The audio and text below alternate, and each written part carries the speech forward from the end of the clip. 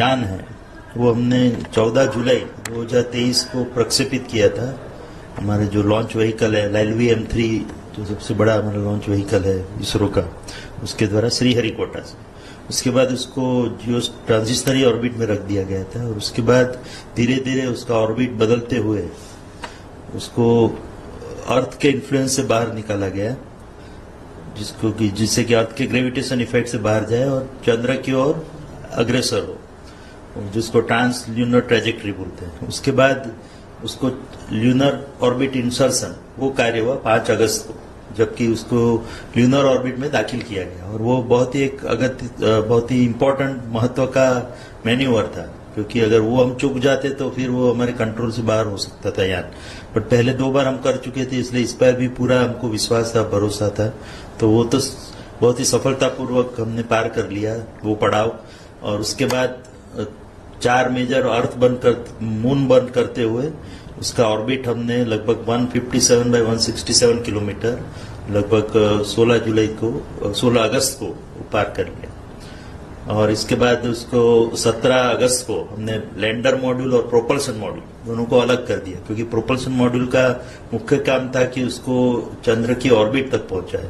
तो वो तो उसने पूरा कर लिया है। और उसके बाद प्रोपल्शन मॉड्यूल अलग होकर उसमें एक शेप पेलोड करके है, वो कार्य करता रहेगा, उसमें जितना फ्यूल है उसके मुताबिक। तो प्रोपल्शन मॉड्यूल में अभी हमारी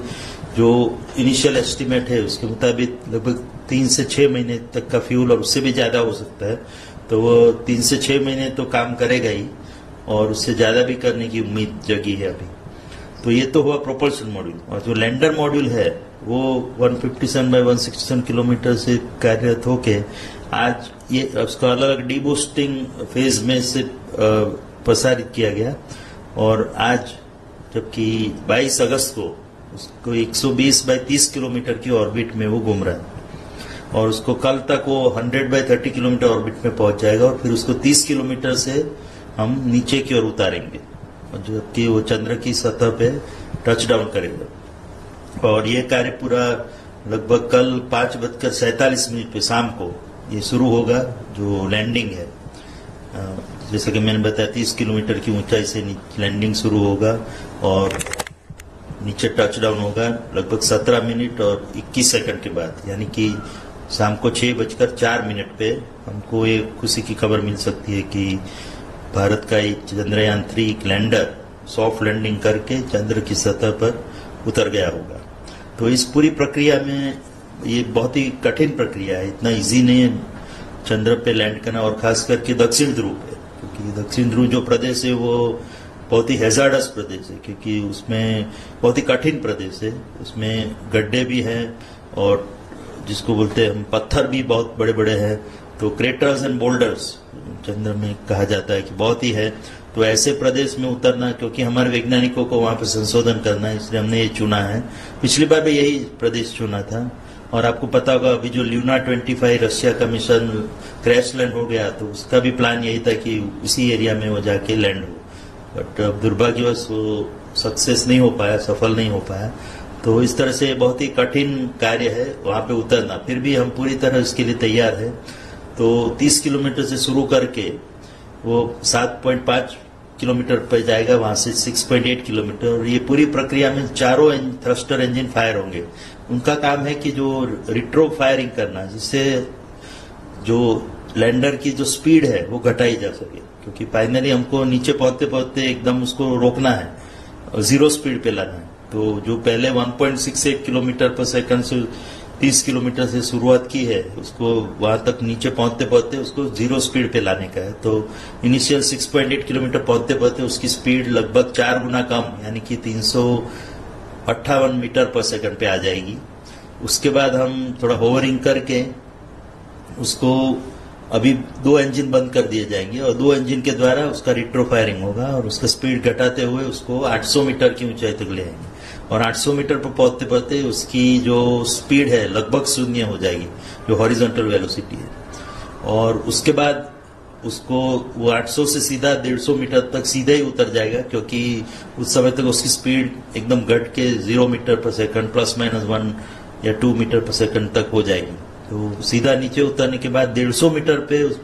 उसको काफी काम करना है, क्योंकि अलग अलग कैमरा से जो इनपुट है जो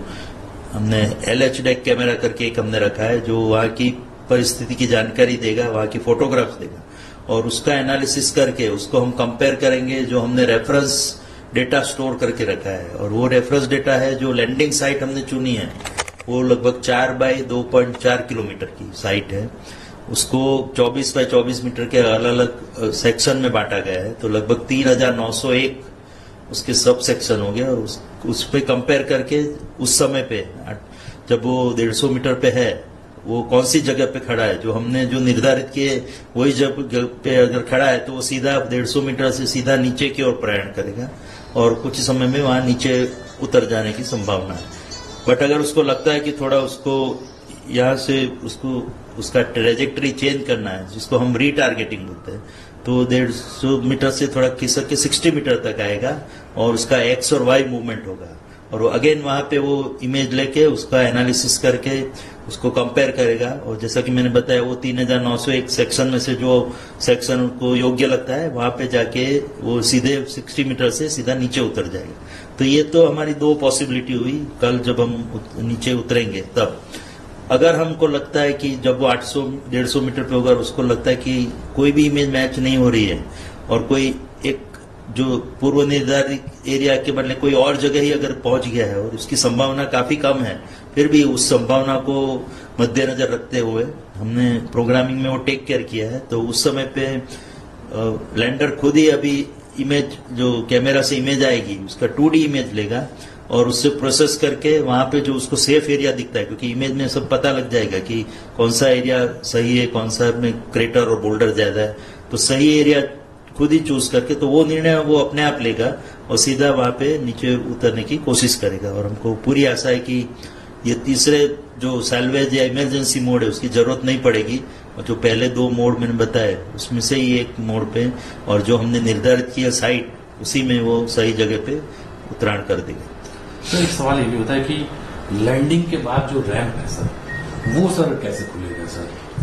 लैंडिंग जैसा कि मैंने बताया कि अगर हम सेफली लैंड कर लेते हैं सुरक्षापूर्वक और सफलतापूर्वक, तो उसके लगभग 4-4.5 घंटे बाद, क्योंकि तब तक वहां पर जो डस्ट वो उड़ी है नीचे उतरते समय पे जो रेट्रोफायरिंग के कारण काफी धूल उड़ी होगी वहां पे, तो वो हमारे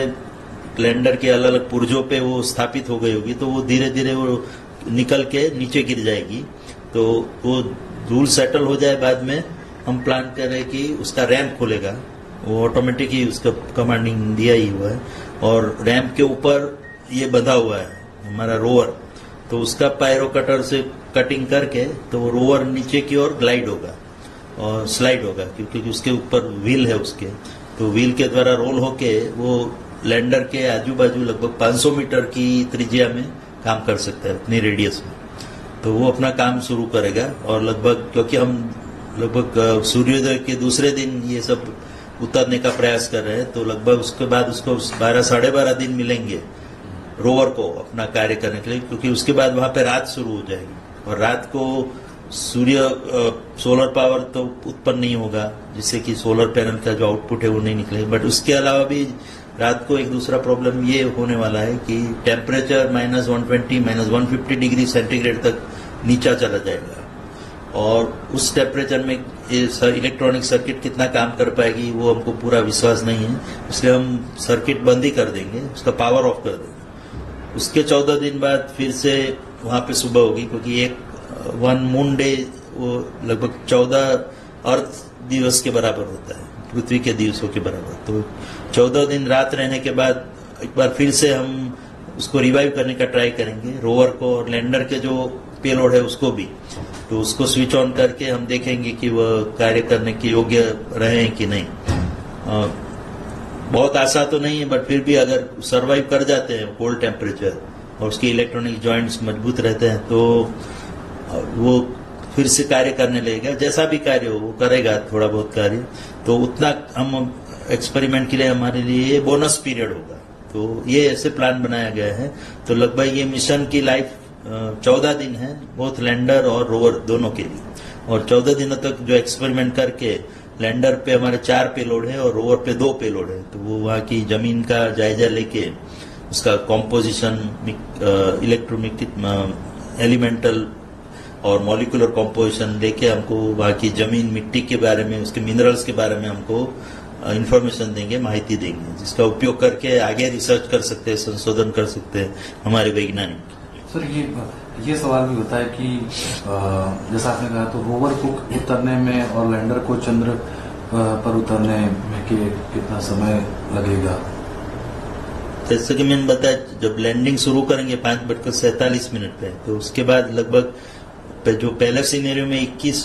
17 मिनट और 21 सेकंड लगेंगे, और वो अगर रीटारगेटिंग करके दूसरी उस पे जाता है, दूसरे सेक्शन में, तो लगभग 11 सेकंड और लगेंगे, तो 17 मिनट और 32 सेकंड लगेंगे। तो ये तो तब तक तो लैंडर सही मायने में सेफली, सुरक्षापूर्वक और सफलतापूर्वक उत्तरायण कर चुका होगा, वहां पे पहुंच चुका होगा। उसके 4-4.5 घंटे बाद ही वो जैसे मैंने बताया कि हम वो रैंप खोलेंगे और उसमें से रोवर बाहर निकल के अपना कार्य करेगा, तो वो तो सीधा ही रोल हो जाएगा, तो उसमें तो हार्डली 1 और 2 मिनट ही लगेंगे उसको नीचे उतरने में, क्योंकि वो तो सीधा लगभग 5 मीटर का स्लोप जैसा एक सीढ़ी जैसी, जिसपे से रोवर नीचे उतरेगा। और रोवर के 2 जो पहिए हैं, एक पहिए पे हमने इसरो का सिंबल एम्बॉस किया है, दूसरे पहिए पे हमने अशोक स्तंभ जो भारत का है उसका सिंबल लगाया है। तो जब भी रोवर वहां पे घूमता रहेगा, मूवमेंट करेगा, उस समय पे उसकी छाप वो छोड़ेगा, अशोक स्तंभ और हमारे इसरो के सिंबल की।